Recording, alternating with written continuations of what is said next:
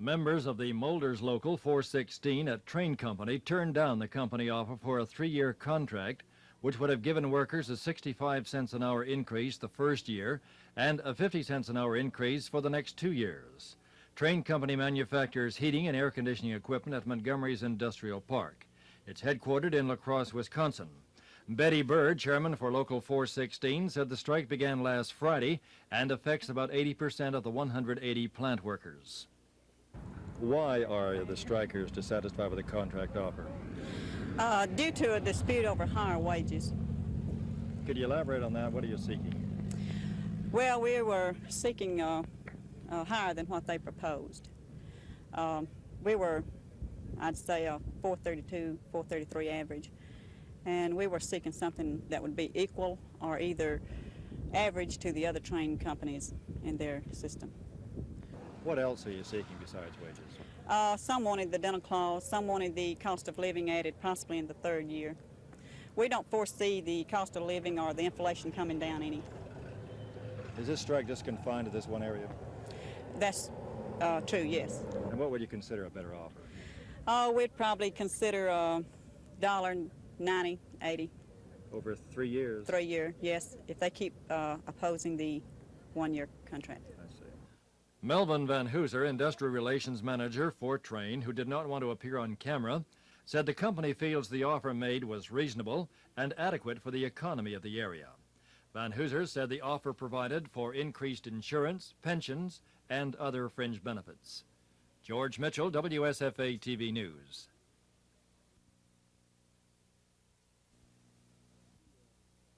Baxley's response to the James attack to the point and included a bit of bitter political humor.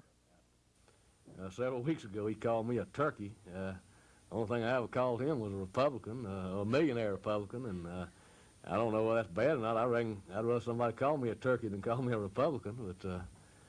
But mainly what I wanted to do today was to respond to one aspect of what he said this morning. He made the statement, of course it could have been in a fit of temper, that I had ducked all the hard cases or run from them. The people of Alabama have enough sense to realize that I have never run from a hard case, that I've tried more hard cases than any Attorney General in the United States of America, and the record's there to show that and disprove what he said.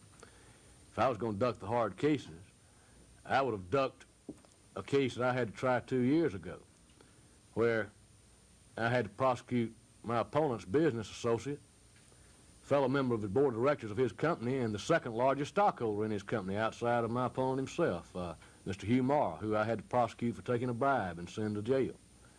And certainly it would have been easy to have ducked that case because Mr. Morrow has so much influence and money that that'd have been one to duck. But I hadn't ducked any, and I am sorry that my opponent's getting into that kind of type campaign instead of making specific charges or asking specific questions.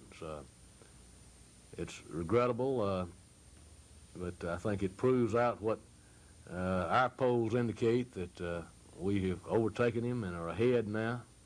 And I think probably that he's just reacting to something in a way that he'll probably regret himself a little later down the line. It was a very confident Bill Baxley who held a news conference today. He said he had no doubt in his mind that he would win tomorrow's runoff.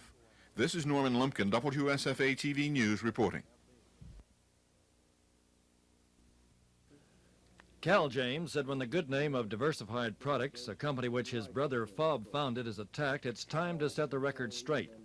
James called accusations about the firm, of which he is executive vice president, false fabrications. The brother of gubernatorial candidate James said Bill Baxley hammers away at Diversified doing business out of state, but his brother's opponent fails to mention he has done business with out-of-state banks. Here's a banknote made with a bank in Houston, Texas, I believe. It's a $28,000 banknote, and it's co-signed by 4 people: Mr. Jack Love,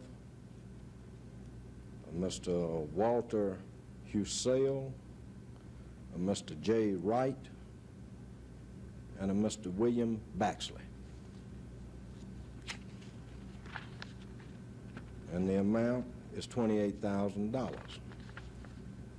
I also have a copy of the check whereby this note was paid off by Mr. Jack Love.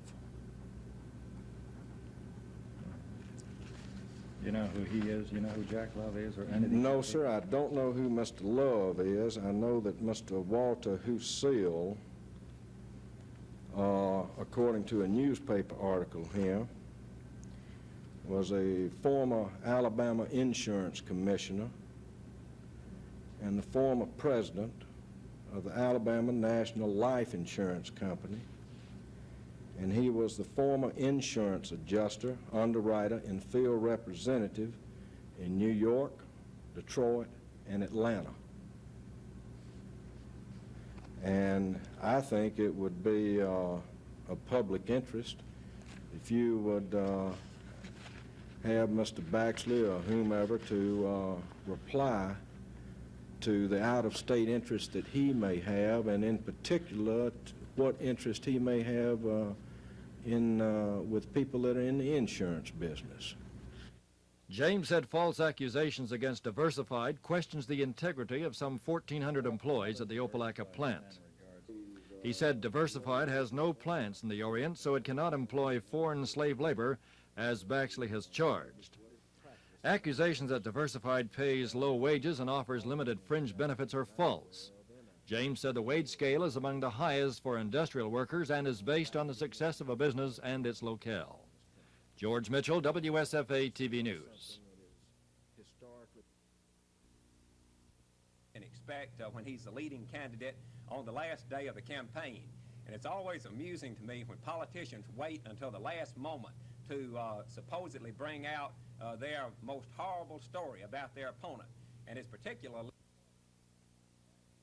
opponent in this race has as his campaign treasurer, a member of the board of directors of the Alabama Power Company.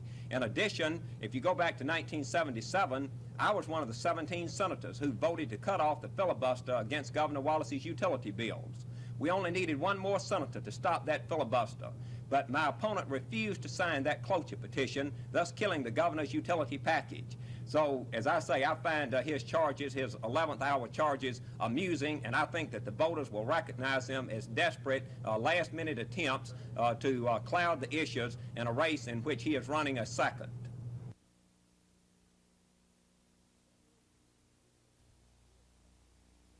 The thing that worries me really is that this could have been a very serious incident.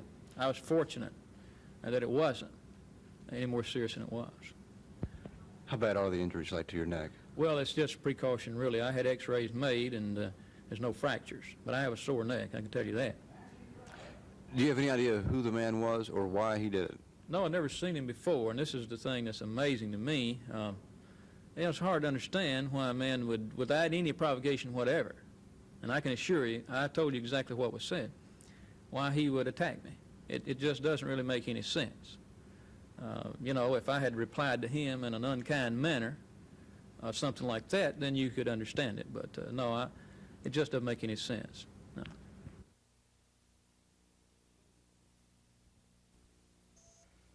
Today was different than in the 1960s. You had to look real hard to find any local whites near the courthouse here in Hayneville. Blacks occupied most of the spots with good vantage points to watch today's action. District Attorney Jesse Bryan said there appeared to be no tension relating to the jury hearings on the Liuzzo case. No, it's been real quiet. Of course, I work real closely with the sheriff here, John Hewlett, who, of course, everyone knows is black, a very fine sheriff. White people, it just really seems to be, this is just another case, and so far as we're concerned. We're trying him, if we get an indictment, I'm not even sure we'll get an indictment. But if we do, he'll be tried for first-degree murder. The jurors left the courthouse for a makeshift hearing room across the street. Security was supervised by Sheriff John Hewlett, a former civil rights worker. 10 witnesses were heard today. Among them were Collie Leroy Wilkins, the man on the left with the checkered shirt. He was accompanied by former Klansman Eugene Thomas, Both men served 5 years of a 10-year federal prison sentence for violating the civil rights of Mrs. Viola Liuzzo. Both Thomas and Wilkins were silent as they entered the hearing building. In earlier trials back in the 1960s, Rowe disclaimed any part in the night rider slaying in Lowndes County in 1965. He identified Thomas as the one who shot Mrs. Liuzzo. In recent statements, Wilkins and Thomas have said it was Rowe who fired the fatal shot into Mrs. Liuzzo's car as she drove along U.S. Highway 80 from Selma to Montgomery on the night of March 25, 1965. Both men were expected to tell the grand jury here in Hayneville the same thing today. By late today, it was not clear whether the Rowe case had been presented to the jury. It was among 30 other cases the jurors were expected to hear along with the Rowe case. But prosecutors here have said they expect an indictment. But some blacks outside the proceedings say because the jury is mostly black doesn't mean a Rowe indictment. Whether Rowe is indicted for the Liuzzo murder is not to be reported officially until the jury reports Wednesday.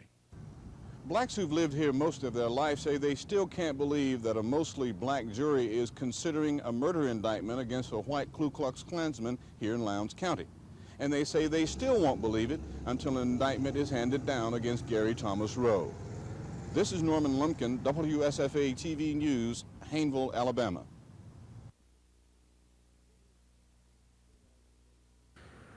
Today here at the Capitol, State Auditor Betty Frink said there was absolutely nothing personal about the audit.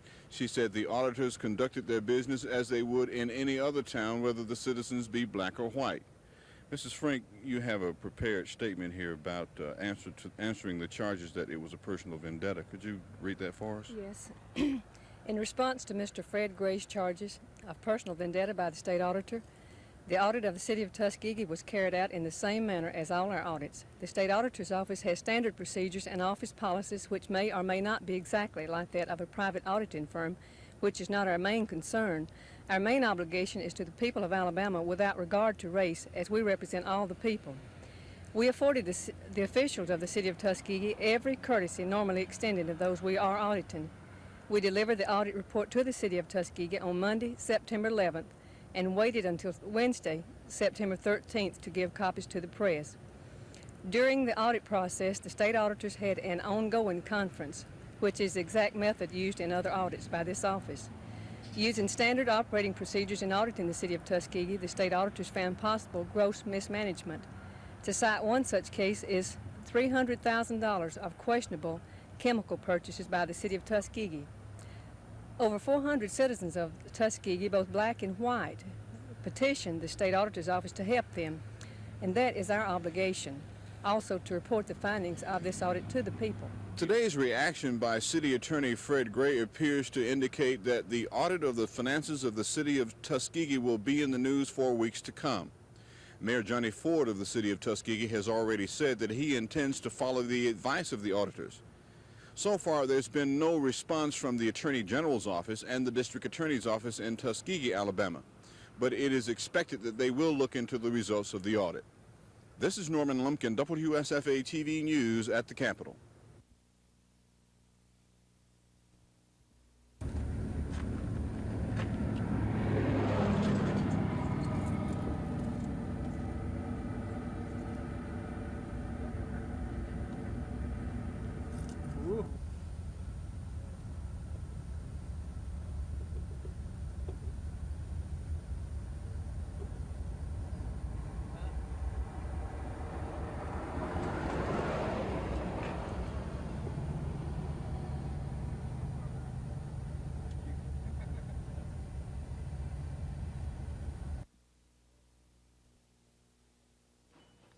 Bob James, who said he expects to be a resident of Montgomery before too long, said his 4-point proposal on crime prevention would include stepped-up training programs with better equipment for law enforcement personnel.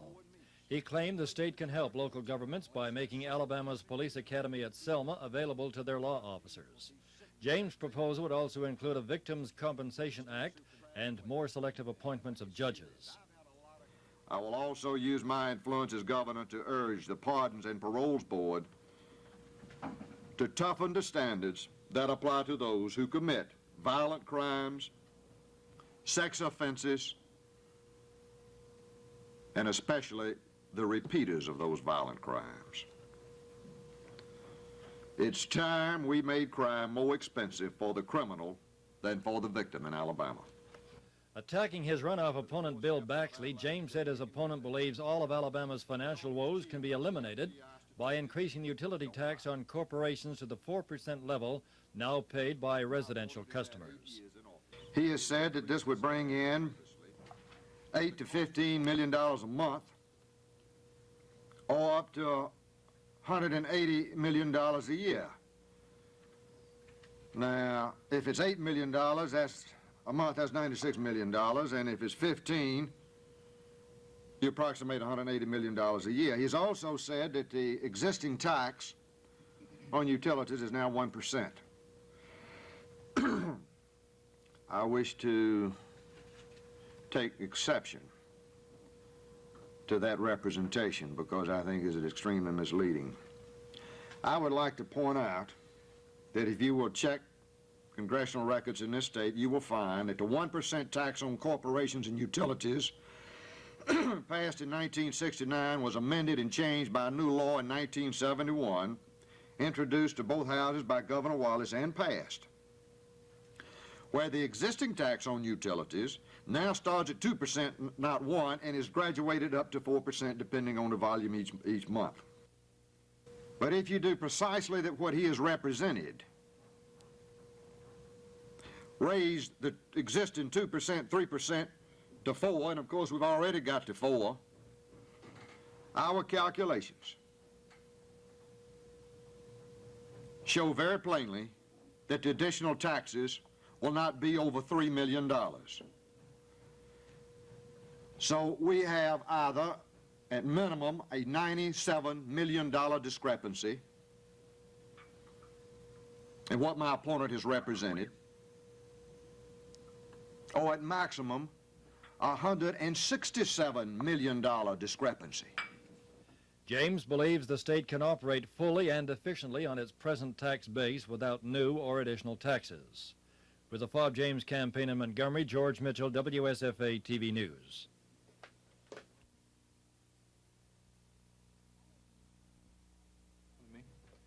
At his news conference, Heflin expressed concern for what he termed the nation's decelerated defense effort. He pledged to keep the military bases in Montgomery intact. Though he didn't speak of any specific program, he said that he would make Alabama's military bases a top priority. And he said he'd do his utmost to ensure that Air University and Maxwell Air Force Base continue to develop. On the issue of agriculture, Heflin said the federal government is not doing enough to support the farmer. Seems that our government today ought not to encourage this battle between the consumer and the farmer that is going on, and we do need an educational program and voices speaking out to show that the farmer really gets very little in regards to the increases that come about from agricultural price increases.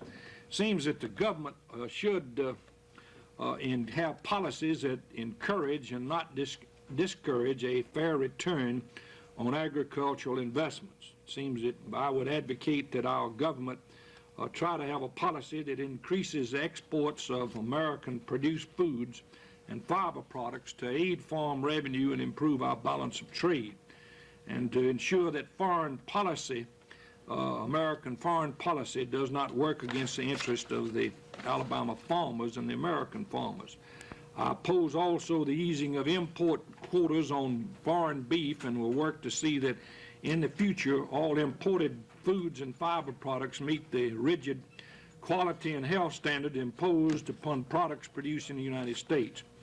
And I think that all regulations, particularly agricultural regulations, ought to be written in a manner where they're reasonable and workable and do not become a unnecessary burden on the backs of the American farmer. In response to reporters' questions, Heflin said he opposes deficit spending, supports the B-1 bomber, and believes individual states should decide the right-to-work issue. Glenda Webb, WSFA TV News. Dedication to the free enterprise. I think the team, we have a good attitude. It was a tough ball game to lose, but we knew it was going to be a tough game, and we weren't lucky enough, if that's what you want to call it, pull it out, but I think we have a good attitude about the game. Okay, what about Lanier? What can you tell me about the Lanier team, and how are you going to try and stop them tonight? Of course, Lanier has a fine football team. We're ready to play. They're real strong defensively, and I think the key to the ball game will be us moving the ball offensively. I think we can stay with them when we're on defense. Have you worked on anything in particular, any particular phase of the game this week to get ready for Lanier? No particular phase. We try to have a balanced run attack and passing attack. What would you consider to be the strength of your team? Probably our running backs and our defensive unit. Is it tough getting up for a game on a Thursday night when you're used to playing on Friday or even Saturday? I don't think so. A football game is a game, and I think the boys are ready to play tonight.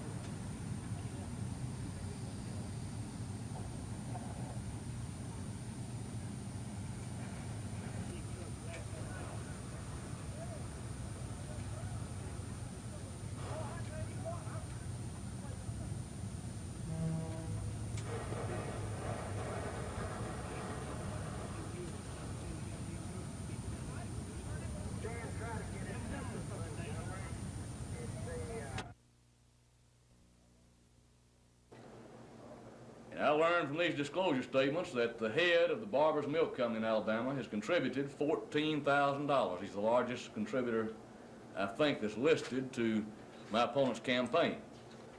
And I want to ask my opponent, and I hope you'll ask, if he has made a commitment or any kind of promise at all to undo what we've accomplished in the way of lowering the milk prices for the working people and the housewives, by taking a huge contribution like that from the head of the largest milk company in the state, Barber's, ones that were responsible for creating the milk board in the first place. And if I'm in error about that contribution coming in and the head of Barber's Milk Company didn't contribute $14,000 to my opponent, I will apologize, and again, I'll say I'll withdraw from the race. But that's how sure I am of my facts. Now, I don't think that if you run a campaign that's financed by the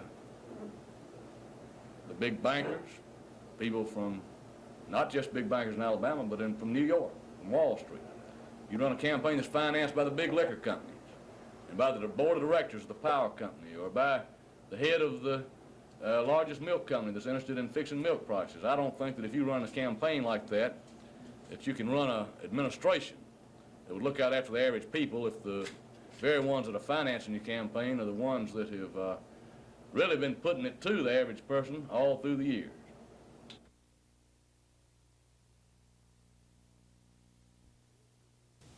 I ask you, where do you think the late Jim Allen would have been when the subject of farm exports was being debated on the Senate floor? Where do you think Jim Allen would have been when those Robin Hoods in reverse from the Frost Belt were trying to interrupt the flow of federal dollars to the South? I can tell you, he'd been right in the middle of things, making very sure that Alabama's voice was being heard. And what would Jim Allen have been doing when the Senate was debating bills on veterans' pensions, improved programs for older Americans, defense and education appropriations, and coal conversion, all of which are issues important to a broad majority of the people of this state? Frankly, he would have been fighting for Alabama. Yet my opponent did not utter a single word on those subjects during the floor debate. In fact, she has not debated a single important issue in the 3.5 months since her appointment. She's neither authored any significant legislation nor has she attached any major amendments to existing legislation for the good of her state. Frankly, she's just not speaking up for the people of Alabama.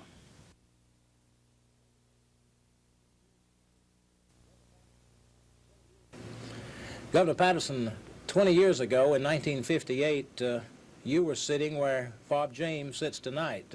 In the Democratic primary, you had led the ticket by some 34,000 votes, but also like James today, you had a hard-hitting opponent in the runoff by the name of George Wallace.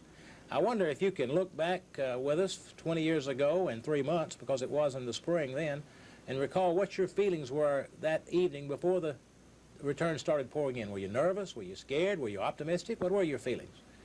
Well, I have to say that I felt very confident about it. All during the first primary, I could sense that we were going to win.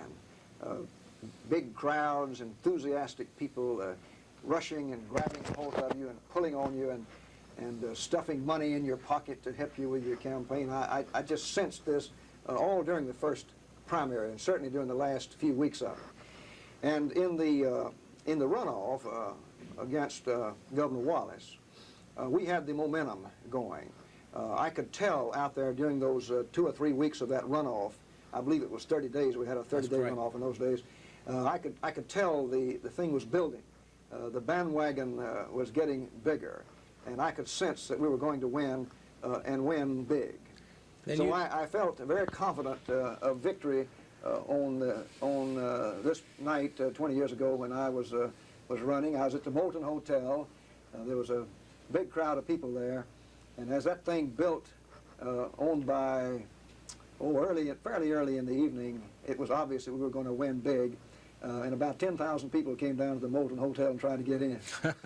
It was a great night. Well, as I recall, you did almost double your margin over Governor Wallace. I think the final figures were about a 65 or 66,000 vote lead from the 34. That's correct. And at that time, that was considered to be a quite large margin. That was a landslide, frankly. And my lead in the first primary over Governor Wallace was about 35, 40,000 votes, about what very similar to this one. What Bob James's lead was over his opponent. You used a word just now that I want to pursue a moment. You talked about what I call the bandwagon effect. Do you really think such a thing exists? Are there people out there who want to get with a winner? No doubt about that in my mind.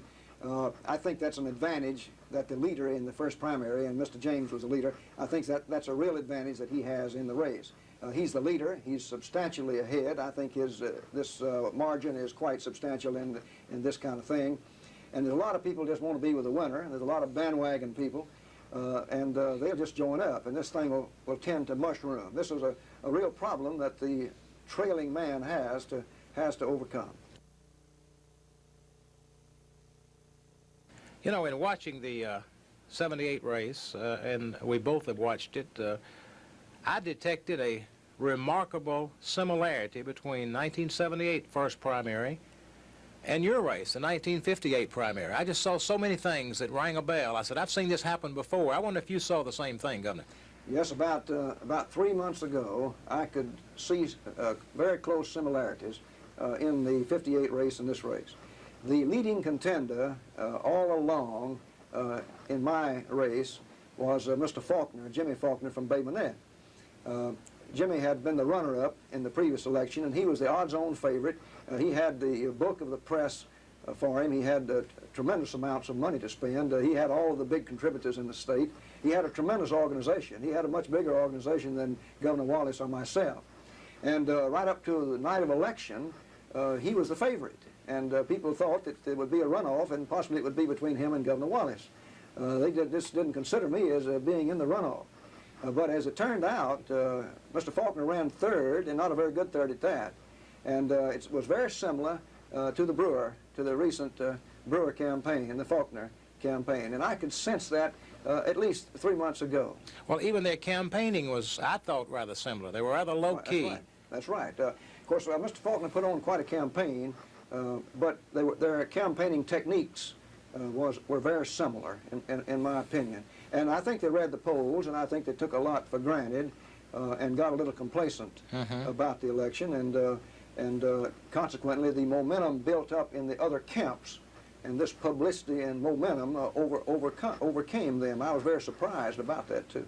Well, then, what we're seeing, or what I see, and you may agree or not agree with this, but you were sort of the James candidate of 1958. You had been in office, but you had gone in without a primary election. That's right. And you'd really not had a race. This was your first real statewide race. That's right. When my father was killed, they called a special election, and I qualified, and nobody qualified against me for Attorney General. Right. So I had served 4 years as Attorney General before I ran for governor, but I Correct. had never made a statewide race. And this was my first statewide race. And I was very much in the same position, and I think ran a very similar type of campaign and a very similar type of platform to what Fob James has run in this race. And we could go the third step.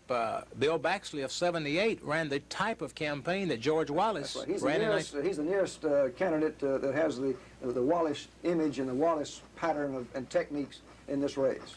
Well, from what you said earlier about the bandwagon effect that goes with the front runner and the similarities in this latter question about you and James and Baxley and Wallace and Brewer and Faulkner, you have just about gone out on the limb and predicted who might win this nomination tonight, have you not?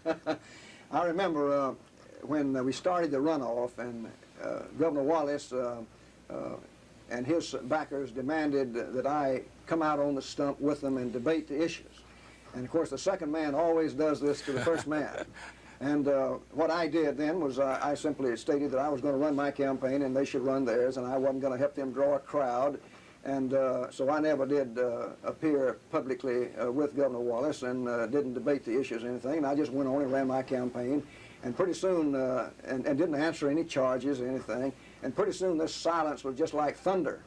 And it really is effective. And I think the people of Alabama, by and large, do not particularly prefer a candidate to be attacking all the time the qualifications of another candidate. They want him to sort of, stand on his own 2 feet.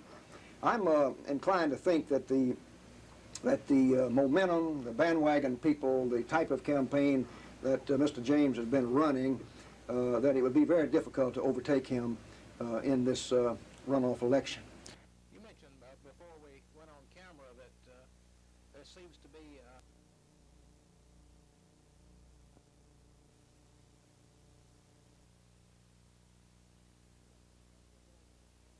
You mentioned before we went on camera that there seems to be a growing feeling among many people, not only in Alabama but in other states, particularly in the South, of perhaps putting a new face in, a business background type candidate in. I wish you would elaborate on that for just a moment. Do you? Well, I've heard some people say that quite knowledgeable in politics, even recently around Montgomery here, that every 20 years the people of Alabama, and history shows this, want a completely new administration in the capital.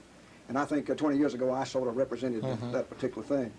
I think the trend at the present time is toward electing someone who is going to have a completely new and different administration, just a new deal altogether at the State House. I think that's the trend.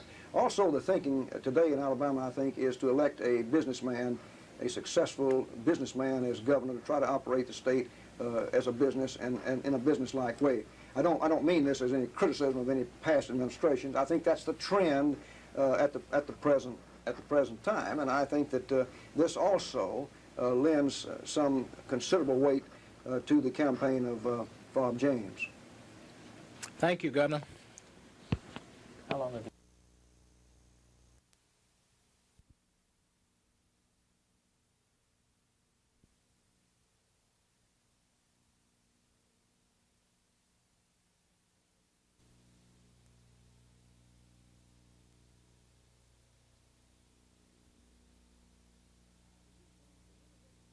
Either we're going to renovate the Winter Building in the Italianate style, which was popular in Montgomery around in the 1890s. And our law firm is going to occupy the second and third floors.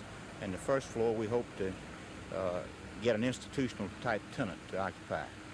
So we're real excited about the project. Well, some 100 years ago, that building became very historic because there was a telegraph office, I understand, upstairs, and the message was sent to fire on Fort Sumter for the Confederate capital. Was that one of the reasons your firm decided on that building, because of its historic aspect? It certainly is, Ivy. There's an old plaque was on the building, and we removed it during the renovation. We've had the plaque restored, and we will put it back on the building. And it tells about the time when the telegram was sent from here to fire on Fort Sumter. And we think that's very interesting, and we're real pleased that we were able to acquire this building, and hopefully it will help downtown Montgomery grow. Ivy, you'll notice there are columns on the second and third floors of the building. Those columns will remain, and you'll notice that on the second floor there are French doors. Those are the original French doors which we will retain. We're going to make the ground floor similar to the second and third floors, so that it will have columns on each side of the entrance door. And also, I'd like to point out on the second floor on the left-hand side, you'll notice that the windows have 6 panes on the top and 9 at the bottom. The existing windows in the building have 6 over 6. We're going to restore the second floor windows so that they will have the old 6 over 9 panes, and we think that'll be a very attractive effect. What about the canopy? Well, Ivy, we're pleased to advise that the City Commission has granted us permission to remove it. And we will actually remove the canopy just from in front of our building, and it will not affect any other building. But we're pleased, we have permission to do it if we can just figure out how to get them down. Do you think that may be a trend starter and others may start taking the canopies down, the concrete canopies? Well, I don't really know. Maybe it will and maybe it won't, but I'm going to let everybody else try to get their own canopies down. The restaurant that's been voted by Alabama Magazine the best in the state for the past 2 years has decided to keep its present location in downtown Montgomery. There were rumors that the Elite might be headed to another part of the city because of problems encountered by its occupancy of 2 adjacent buildings. We've been downtown Montgomery since 1907, and for the historical aspect and for the traditional aspect of our business, we feel that it's more beneficial for us to be in the downtown area. Downtown has been very good to us, and we anticipate it continuing to be good to us. I understand you have some big expansion plans. Yes, actually we are restructuring the area in which we are now so that we can better operate a business. Was your having the additional building on the end, on the corner of Lee Street, was that instrumental in your staying downstairs, getting that property? Well, what has happened is that one of our landlords has been in a position recently in which he was able to, which they were able to purchase the buildings on the corner, and because of this factor, we're able now to restructure our business into the whole area that we occupy, which will put us under one landlord's domain instead of 2. This has been the problem that we've had in the past. We've been under the domain of 2 landlords, and we've been working under 2 leases, which has been very, very difficult for us to operate efficiently and effectively. So now we're going to be working with 1 landlord with 1 lease. A new bank will be opening in the city soon and will be housed in the old Jeff Davis Hotel. Architects and contractors have been negotiating on bids for the renovation of the structure. The First Montgomery Bank is said to be as large as any bank ever formed in Alabama. It has a capitalization of $4 million. First Montgomery was approved by the state of Alabama in late July and approved by the FDIC September 6th. The people behind First Montgomery are local people. They've agreed to keep the decor of the old hotel in the same tradition it's known in the past and make changes only as required for banking practices. Depending on repair work, the bank is expected to open in approximately 6 months' time. The first floor is going to be restored for bank use. The mezzanine and upper floors will be available for office space.